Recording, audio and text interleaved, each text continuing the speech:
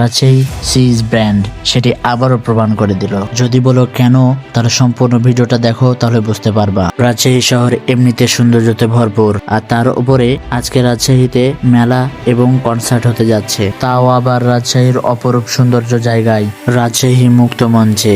আর এই মেলাতে কি কি আছে না আছে এবং আমাদের সাথে কি কি ঘটে সবকিছু এই ভিডিওতে তুলে ধরবো। তো ভিডিওটা স্কিপ করো না, ছোট্ট একটা ইন্ট্রো দিয়ে আজকের ভিডিও শুরু করা যাক। Welcome Hafizur travel zone.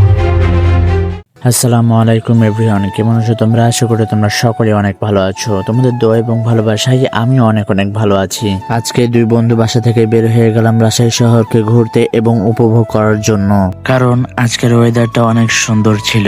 আর তার উপরে আজকে জুম্মার দিন, তাই দুই বন্ধু মিলে ডিসাইড করলাম আজকে রাজশাহী শহরে ঘুরতে যাব।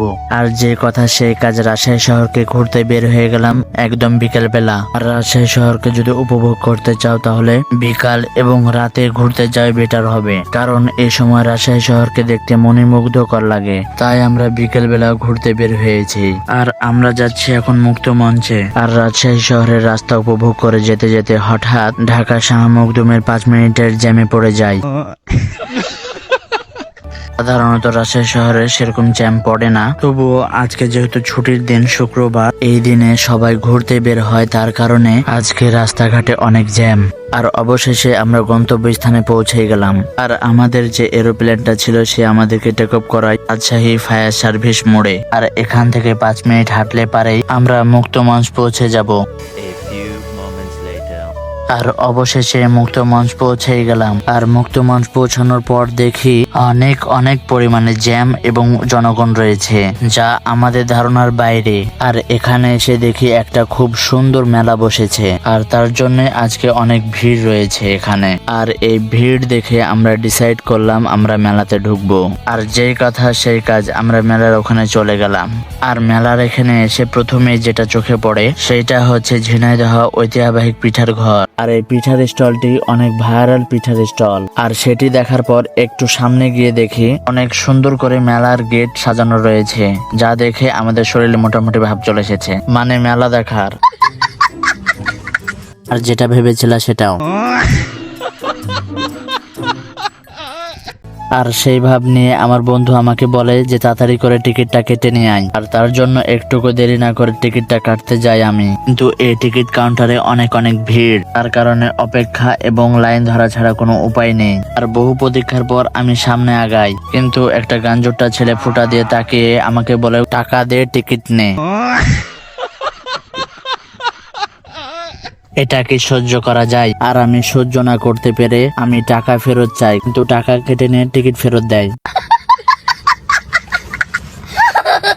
আচ্ছা, সেটা বড় কথা না, বড় কথা হচ্ছে যে দুঃখ ভরা ক্লান্ত মন নিয়ে মেলায় ঢুকে পড়ি, এবং এই মেলাতে ঢুকে দেখি অতুলনীয় ভাবে সাজানো রয়েছে এই মেলাটি লাইটিং ফাইটিং দিয়ে। আর এটি দেখে আমার বন্ধুর আরো শরীরে মোটামুটি ভাব চলে আসে।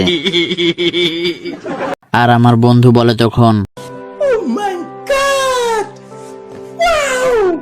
সেটি বড় কথা না, বড় কথা হচ্ছে যে মেলাতে যখন ঢুকেছি তাহলে চলুন মেলাতে কি আছে না আছে সব দেখে নেওয়া যাক। মেলাতে ঢুকে প্রথমে যেটা চোখে পড়ে এই লাইটিং করা টাওয়ারটির পাশে একটি হোটেল রয়েছে, এবং ওইদিকে কসমেটিকের দোকান রয়েছে, এবং এইদিকে নৌকা এবং নাগরদোলা রয়েছে। আর একটু সামনে এসে দেখি বাচ্চাদের জন্য কিছু খেলনার জিনিস করে রেখেছে, এবং এখান থেকে নাগরদোলাটি খুব স্পষ্ট দেখা যাচ্ছিল।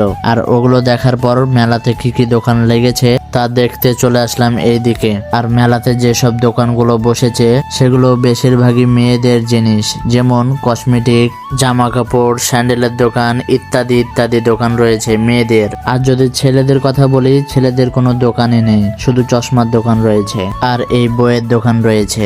আর একটু সামনে গিয়ে দেখি খুব সুন্দর বাবুই পাখির বাসা, এবং আরেকটু সামনে গিয়ে দেখি মেয়েদের ক্রাশ টেডি বিয়ারকে। আর এই টেডি বিয়ারকে দেখার পর সামনে গিয়ে দেখি জনপ্রিয় পানের দোকান, যে পান খেয়ে মুখ দিয়ে ধুমে বের হয়। এবং ওখান থেকে আসার পর দেখি আমার বন্ধুর মুরগি ব্যারাম শুরু হয়ে যায়।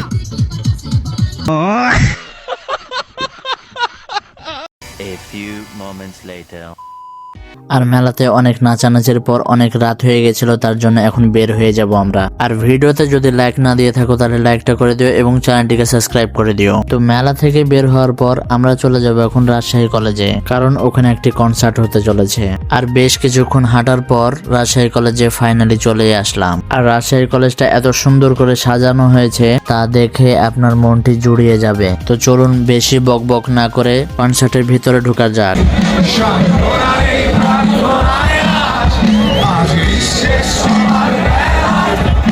এবং কনসার্টে ঢোকার পর দেখি অনেক জনসংখ্যা এবং ভিড় রয়েছে, এবং এখানেও অনেক এনজয় করার পর এখন চলে যাব বাসায়, তার কারণ অনেক রাত হয়ে গেছে।